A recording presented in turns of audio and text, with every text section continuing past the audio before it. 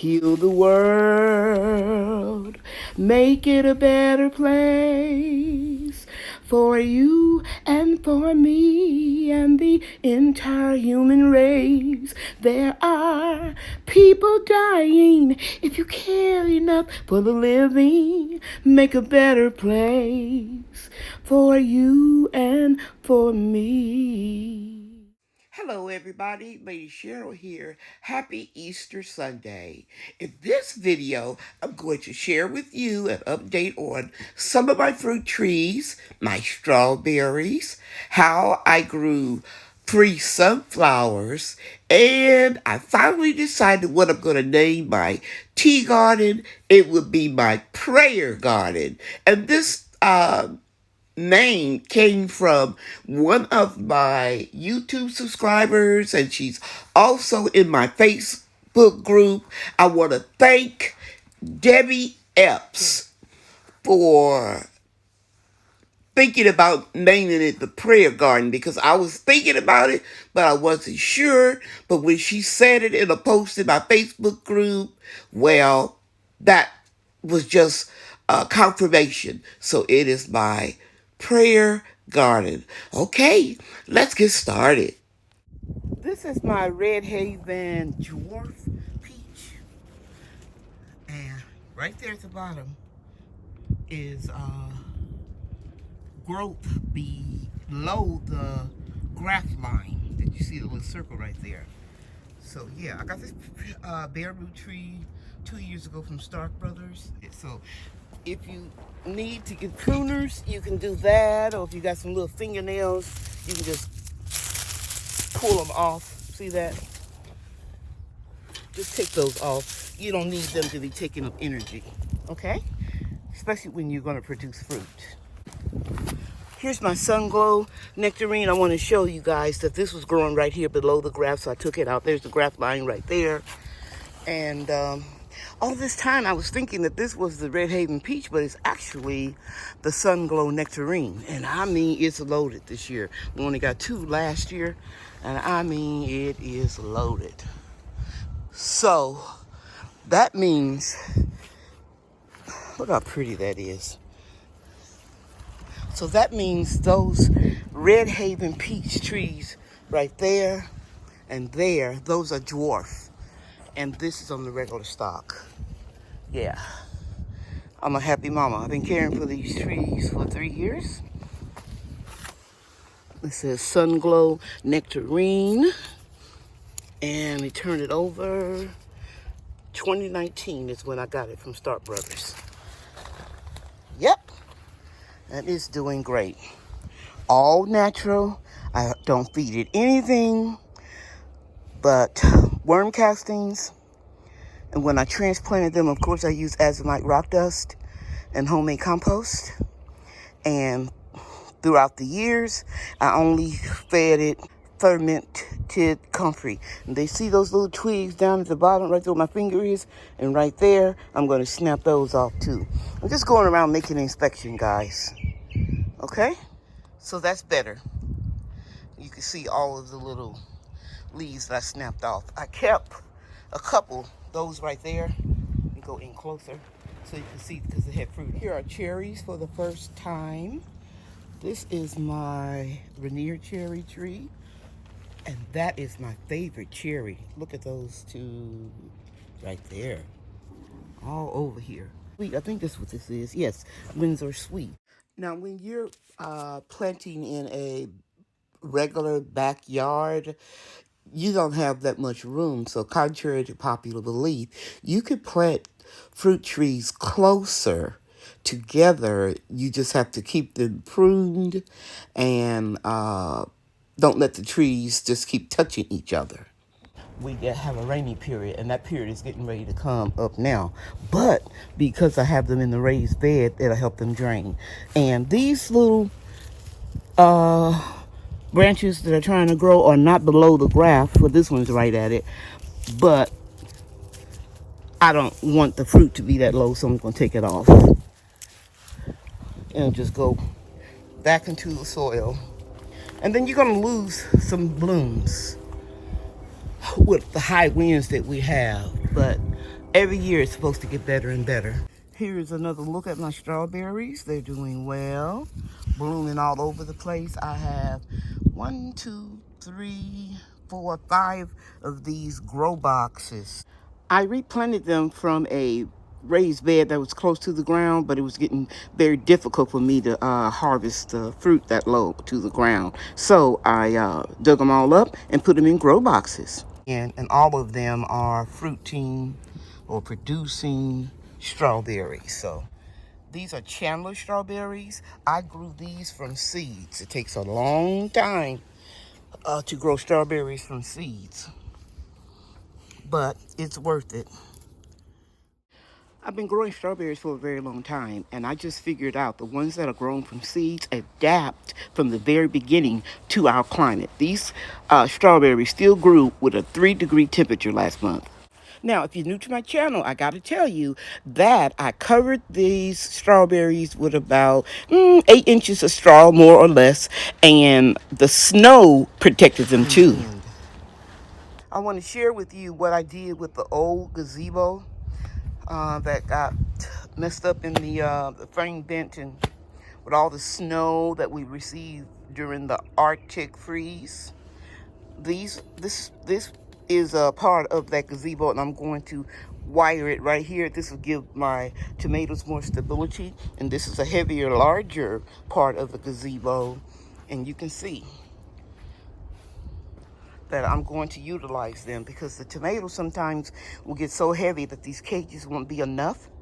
And so this will kind of help me tie the main stalk or some of the heaviest points of it. So we have 8 in this bed. We only have 5, but I'm saving a place for peppers right in there. Okay, now let me go and show you the peppers that I'm growing. Beginning of the greenhouse, and these are the peppers that seeds that I started late. They were given to me by UT Angel and Kiddo, and it's amazing that I got these seeds right after everything froze in the greenhouse because we lost power for 26 hours.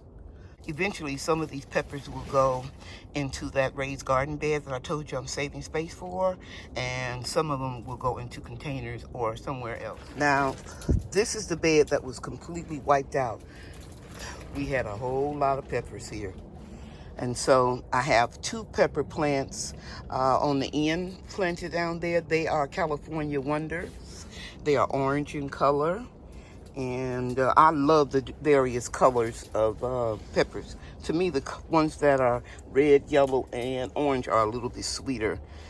We need some water in here because you can see the surface is getting dry. And I have a lot of okra that I planted in here for the first time. I showed it to you in a video, but I'm just giving you a quick update. And you can see the plants are flowering, and the tomato plants are doing much better, the ones that are in the greenhouse, because of the shelter the greenhouse affords them. So yeah, this cover will be going off probably in about 3 weeks. I'm very, very excited about the progress in the greenhouse. And I'm gonna scoop these up today. They're growing in the cracks of the bricks. There's one. And I've got white paint on my hands and ash because it's very windy. Let me see if I can pick this one up this way. Wow, isn't that neat? So I have 3 plants that I can put. I'm gonna take one and I'm gonna put it right here because I have plants in every one of these. So I'll just make a little hole. It's a little damp, but I'm gonna get ready to come in here and water. Press down, and we're good to go. And I'll take these 2 and put them in the bed behind me. So I need to find a good spot. Here's one right here.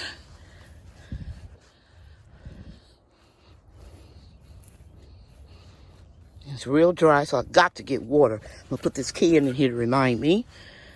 And that's what I use for my slug traps. I don't need any more here, so I'll take this one outside.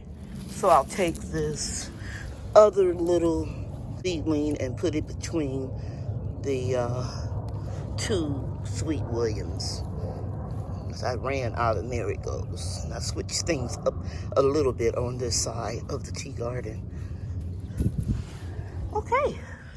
Now here are my 1, 2, 3, 4 pots of sunflowers. I did 2 of these yesterday.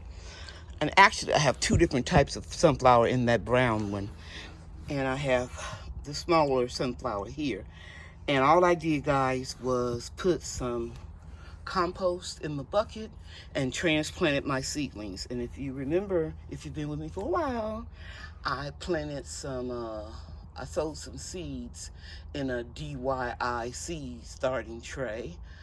And I used some sunflowers YouTube subscribers sent me, and some Mammoth Sunflowers, I think it was, from sunflowers that I collected from the previous year. Most of the Mammoth Sunflowers are getting ready to bloom real soon. So I'm going to do what I did with the other 3 containers. I'm just going to shovel compost in here. And this is a double pot because this one is busted. And I try to keep a little saucer up under them. Because in Texas, you know, it gets real hot. So we'll have a little reservoir at the bottom. Okay? So, yeah, I'm going to just shovel some soil, which will be the compost.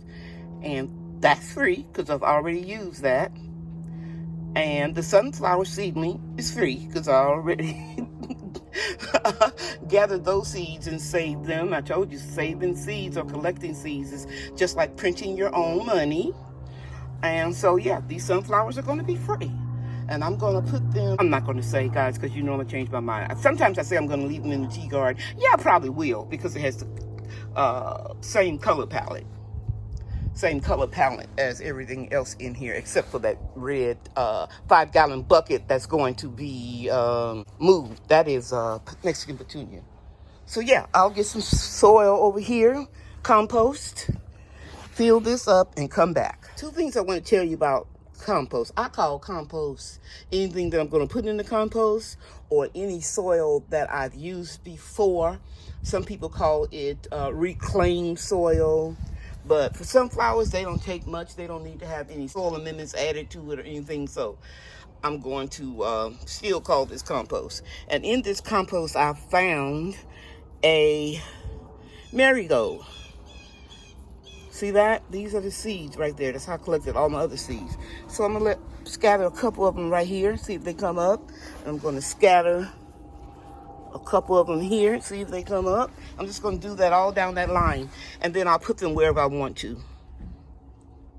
Saving seeds is like printing your own money. There goes one that just dropped. I'll let it stay there. And it's a real good thing. Look at those roots that I took this out of the cup, out of the red cup over here.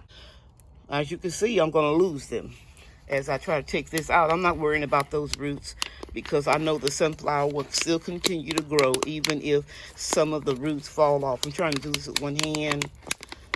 I'm going to pull it a little bit because it's a stronger plant. As you can see there, I can just lift it up and then I will break some of these roots up a little bit. Just a little. Move this out the way. Put this nice and firmly in the hole and start to cover up. And I'll add, see, that's compost. I'll add more soil.